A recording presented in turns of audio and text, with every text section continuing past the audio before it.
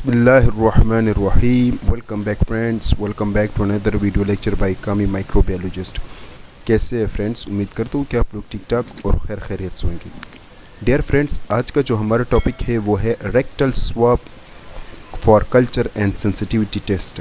ठीक है, आप दोस्तों को अगर याद होगा तो मैंने कल्चर से रिलेटेड काफ़ी लेक्चर्स बनाए हैं, जैसे कि blood culture, sputum culture, pus culture, urine culture, pleural cultures.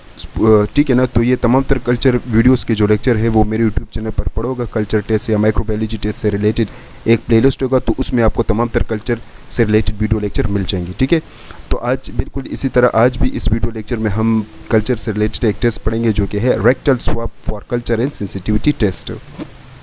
तो मेरा नाम है मोहम्मद कामिल खान और आप देख रहे हैं मेरा यूट्यूब चैनल। चलिए जी वीडियो को स्टार्ट करते हैं। अच्छा, इस वीडियो के जो मेन कंटेंट है वो ये है कि सबसे पहले हम इंट्रोडक्शन पढ़ेंगे कि स्वाब, रेक्टल स्वाब क्या है, रेक्टल स्वाब फॉर CS क्या है, एक्सेट्रा। फिर हम डायग्नोस्टिक पर्पस पढ़ेंगे कि इस टेस्ट को करने का मकसद क्या है। फिर हम कल्चर मीडिया के हवाले से पढ़ेंगे, रिक्वायरमेंट्स हम पढ़ेंगे, प्रोसीजर देखेंगे, जो बैक्टीरिया रेक्टम इन्फेक्शन से आइसोलेट होते हैं उसके बारे में पढ़ेंगे, एंटीबायोटिक पढ़ेंगे, जो कॉमन बायोकेमिकल टेस्ट हम यूज़ करते हैं उसके बारे में पढ़ेंगे, प्रिकॉशन हम पढ़ेंगे और लिमिटेशन हम देखेंगे। सबसे पहले हम जिक्र करते हैं कि रेक्टम या रेक्टल एरिया क्या है। देखो, अगर मैं डायग्रामेटिकली आपको एक्सप्लेन करूँ तो ये आप देख सकते हैं, ये आपके पास इंटेस्टाइनल एरिया है। ठीक है ना। इसमें ये स्मॉल इंटेस्टाइन है जिसमें ड्यूटेनम, जिजनम, इलियम आता है, और ये लार्ज इंटेस्टाइन है जिसमें आपके पास असेंडिंग, डिसेंडिंग, ट्रांसवर्स, सेगमाइट और एनएस ये कॉलम्स वगैरह आते हैं। ठीक है ना।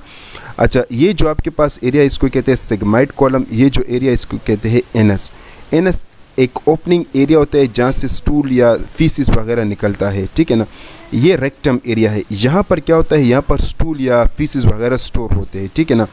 अच्छा व्यूवर्स, अगर यहाँ पर कोई इन्फेक्शन होता है इस एरिया में तो पेशेंट तकलीफ़ फील करता है। ड्यूरिंग स्टूल पास करने के दौरान वो बहुत ज़्यादा पेनफुल फील करते हैं। ठीक है ना। जब इन्फेक्शन होता है, यहाँ पर कोई इन्फ्लेमेशन होता है। ठीक है ना। तो इस एरिया पे जो इन्फेक्शन होते हैं और इस एरिया से जब हम मतलब सैंपल कलेक्ट करते हैं स्वाब से, तो this is called rectal swab. ठीक है ना। और ये आपके पास रेक्टम एरिया होता है। अच्छा जी, अब रेक्टल स्वाब फॉर CS क्या है? तो रेक्टल स्वाब फॉर CS आपके पास एक ऐसा कल्चर टेस्ट होता है या माइक्रोबायोलॉजी का टेस्ट होता है जिसमें हम इन्फेक्शन को मालूम करते हैं, यानी माइक्रो ऑर्गेनिज्म या बैक्टीरिया के इन्फेक्शन को मालूम करते हैं जो कि रेक्टम में इन्फेक्शन को कॉज करता है, और साथ में हम एंटीबायोटिक का भी पता लगाते हैं जो कि इस ट्रीटमेंट के लिए ज़रूरी होता है। अब जिक्र करते हैं diagnostic purpose. To dear viewers, ये टेस्ट इसलिए किया जाता है ताकि बैक्टीरियल पैथोजन का पता चल जाए। इसके अलावा ये टेस्ट इसलिए भी किया जाता है ताकि एंटीबायोटिक प्रोफाइलिंग का पता चल जाए कि कौन सा एंटीबायोटिक इफेक्टिव है। अलावा ये टेस्ट इसलिए भी किया जाता है कि ख़ास किस्म के एंटीबायोटिक का पता चल जाए कि कौन सा एंटीबायोटिक इफेक्टिव है और ट्रीटमेंट का पता चल जाए। ठीक है। आप जिक्र करते हैं कौन सा आइसोलेटेड माइक्रोब्स है जो कि इस मतलब रेक्टल स्वाब के दौरान हमारे पास आइसोलेट होते हैं। तो सबसे पहले हमारे पास है इकोलाई। इकोलाई आप लोगों को पता है कि क्या है, ग्राम नेगेटिव रॉड्स है, मतलब GNR है, और ये नॉर्मल फ्लोर होता है इंटेस्टाइनल एरिया में। तो इस वजह से आपके पास जो है इकोलाई आइसोलेट होने के चांसेस ज़्यादा होते हैं रेक्टम, जब रेक्टम में इन्फेक्शन हो। जो हमारे पास है वो है क्लेप्सिला न्यूमोनिया। क्लेप्सिला न्यूमोनिया जो है डियर व्यूअर्स, ये 10 से 25% आइसोलेट होता है रेक्टम इन्फेक्शन के दौरान, और इसका वजह ये होता है क्योंकि ये सीरियस इन्फेक्शन के दौरान आपके पास आइसोलेट होगा, और ये आपके पास तब आइसोलेट होगा जब MDR केसेस हो। ठीक है ना। दूसरी बात ये जो क्लेप्सिला न्यूमोनिया है ये भी आपके पास है क्या है, ग्राम नेगेटिव रॉड से। नेक्स्ट हमारे पास है बैक्टीरियाइड स्पीशीज़। ये 15 से 25% आइसोलेट होता है, और ये इंटेस्टाइनल परफोरेशन कॉज करता है, इंटेस्टाइनल परफोरेशन कॉज करता है, और ये क्या है, ये भी आपके पास ग्राम नेगेटिव रॉड्स होते हैं। नेक्स्ट हमारे पास है एंटीरोकोकस स्पीशीज़। ये 10 से 20% आइसोलेट होते हैं, और डियर व्यूअर्स ये इम्यूनो कम्प्रोमाइज पेशेंट में आइसोलेट होते हैं, और ये आपके पास क्या है, ये ग्राम पॉजिटिव कोकाई होते हैं या जिसको हम डिप्लोकोकाई भी कहते हैं। नेक्स्ट हमारे पास है क्लोस्ट्रीडियम स्पीशीज़, और ये 5 से 15% आइसोलेट होगा। क्लोस्ट्रीडियम स्पीशीज़ अगर कोई डायरिया केस या कोलाइटिस केस हो तो उस दौरान क्लोस्ट्रीडियम स्पीशीज़ आइसोलेट होता है, और ये जो क्लोस्ट्रीडियम स्पीशीज़ होता है ना, ये GPR है, मतलब ग्राम पॉजिटिव रॉड्स होते हैं। इसके अलावा हमारे पास है सुडोमोनास एरिजिनोसा 5 से 20%, और ये इम्यूनो कम्प्रोमाइज पेशेंट में आइसोलेट होता है। ठीक है, ये भी ग्राम नेगेटिव रॉड्स होते हैं। इसके अलावा हमारे पास स्टेफ आरियस 5 से 10% आइसोलेट होते हैं, ये ग्राम पॉजिटिव कोकाई होते हैं। ठीक है, या अगर स्किन नॉर्मल, आपको पता है कि स्टेफ आरियस स्किन नॉर्मल फ्लोरा है, लेकिन अगर स्किन में कोई इन्फेक्शन सा हो जाता है तो जाहिर बात है ये जो रेक्टम पोर्शन होता है ये भी तो एक स्किन एरिया होता है, तो वहाँ पर अगर कोई स्टेफ आरियस का इन्फेक्शन हो जाए स्किन, तो जाहिर है फिर उस दौरान आपके पास स्टेफ आरियस 5 से 10% आइसोलेट होने के चांसेस होते हैं।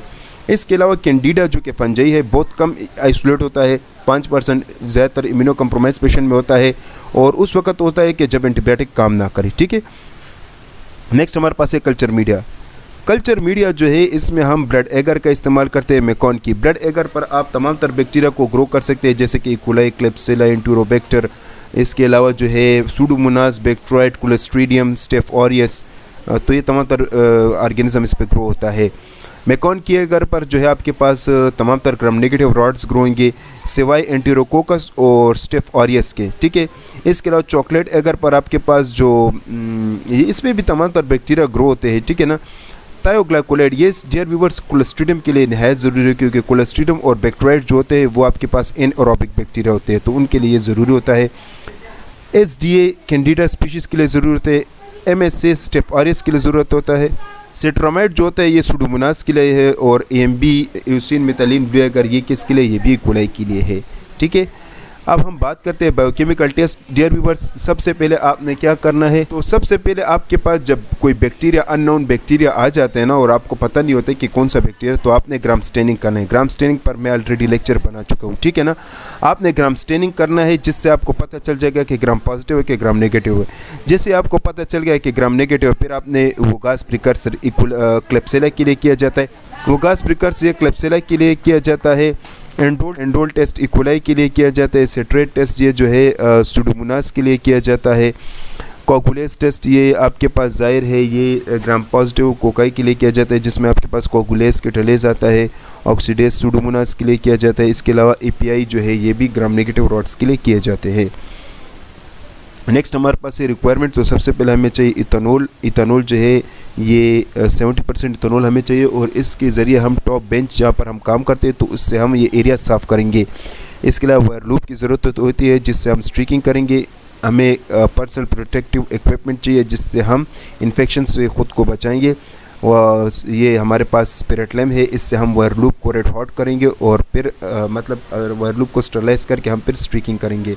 साथ में हमें कल्चर मीडिया चाहिए जिनका जिक्र अभी हमने किया। ठीक है, इसके अलावा हमें चाहिए इंक्यूबेटर, हमें चाहिए ये एलएफएच मशीन होते हैं, तो ये आपको क्लीन इन्वायरमेंट प्रोवाइड करता है। ठीक है ना, और साथ में ऑटोक्लेव की ज़रूरत होती है और एंटीबायोटिक डिस्क की ज़रूरत है। ऑटोक्लेव से आप मीडिया स्टरलाइज करोगे, इसके अलावा ग्लासवेयर स्टरलाइज करोगे, जबकि एंटीबायोटिक डिस्क से आप एंटीबायोटिक प्रोफाइलिंग मालूम करोगे, जिससे आपको एंटीबायोटिक सेंसिटिविटी, रेजिस्टेंस और इंटरमीडिएट यानी पार्शियल का पता चलता है। स्वाब चाहिए आपको, तो स्वाब जो है इसके ज़रिए आपने सैंपल कलेक्ट करना होगा। ठीक है, तो this is all about the requirement. अब हम पढ़ते हैं प्रोसीजर। तो प्रोसीजर कुछ यूँ है कि सबसे पहले आपने ऐसा करना है कि आपने सैंपल लेना है एक स्टरलाइज स्वाब से। ठीक है, जो डिस्पोजेबल हो, आपने उसको यानी जो रेक्टम एरिया है वहाँ से यानी उसको अंदर करना है, और जाहिर है वहाँ से इसको थोड़ा सा घुमाना है ये स्वाब एरिया को। ठीक है, ताकि अच्छी तरीके से सैंपल कलेक्ट हो जाए। फिर आपने क्या करना है, वायर लूप को रेड हॉट करना है। यही स्वाब सैंपल आपने लैब में ले जाना होगा और फिर वायर लूप को गर्म करके रेड हॉट करके फिर थोड़ी देर उसको छोड़ देना ताकि कूल डाउन हो जाए। फिर आपने सबसे पहले स्वाब पर जो है उससे आपने बेस बनाना होगा, फिर वायर लूप से आपने क्वाड्रेंट स्ट्रीक करना होगा। प्लेट को 24 या 48 घंटों के लिए इंक्यूबेट करना होगा, तो इस पर बैक्टीरिया की ग्रोथ आ जाएगा। फिर आपने बैक्टीरिया को बायोकेमिकल टेस्ट के जरिए आइडेंटिफाई करना होगा। फिर जब बैक्टीरिया आइडेंटिफाई हो गया, फिर आपने एंटीबायोटिक उस पर लगाना होगा, जो हर एक बैक्टीरिया के खिलाफ अपने अपने एंटीबायोटिक्स होते हैं। ठीक है, वो मैं आगे आपको बताऊंगा। फिर आपने प्लेट को इंक्यूबेट करना होगा 24 घंटे के लिए, और फिर एंटीबायोटिक सेंसिटिविटी आपने देखना होगा, रेजिस्टेंस या इंटरमीडिएट। ठीक है, और फिर आपने रिपोर्ट दे देना है।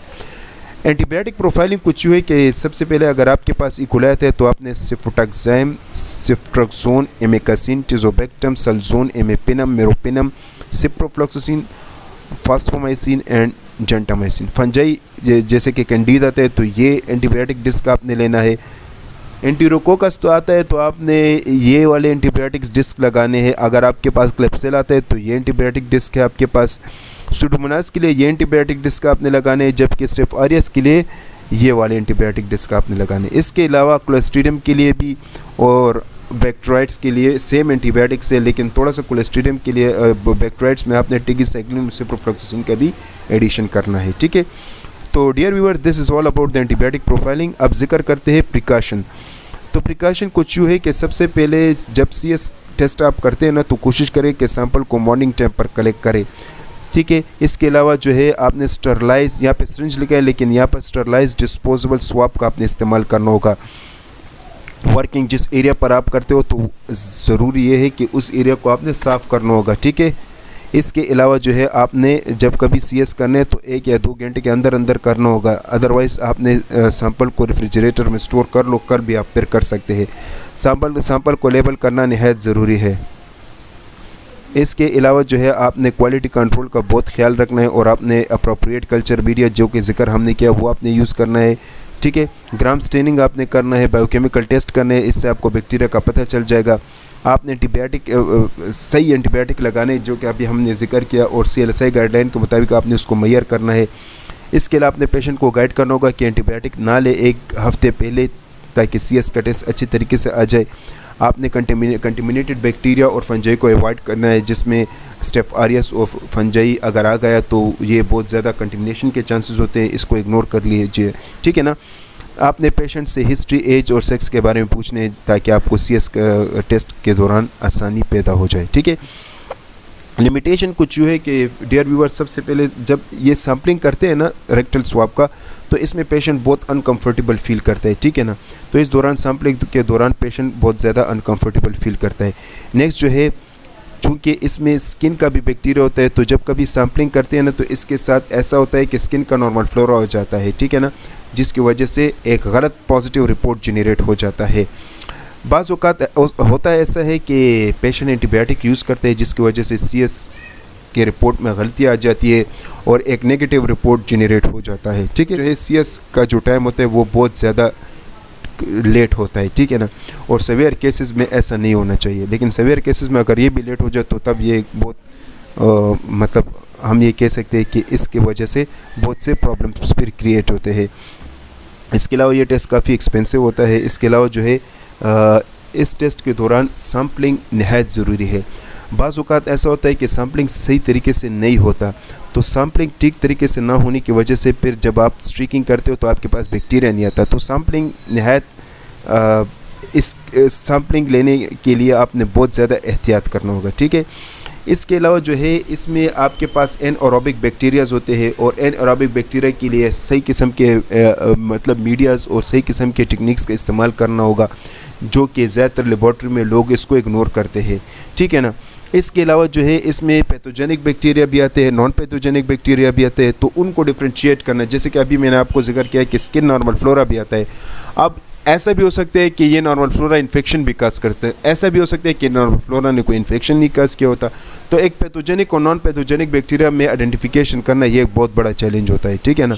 इसके अलावा जो है बैक्टीरिया को आइडेंटिफिकेशन करने के लिए स्टैंडर्ड टेक्निक्स की ज़रूरत होती है और बहुत से लेबॉर्ट्री में इन टेक्निक्स का नेगलेक्ट किया जाता है, ठीक है ना।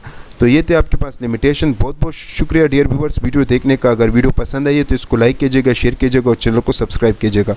जहन में कोई सवाल है तो कमेंट सेक्शन में ज़रूर कीजिएगा ताकि मैं आपको आंसर दे सकूँ। तब तक के लिए इतना ही, अपना ख्याल रखिएगा। अल्लाह हाफिज़।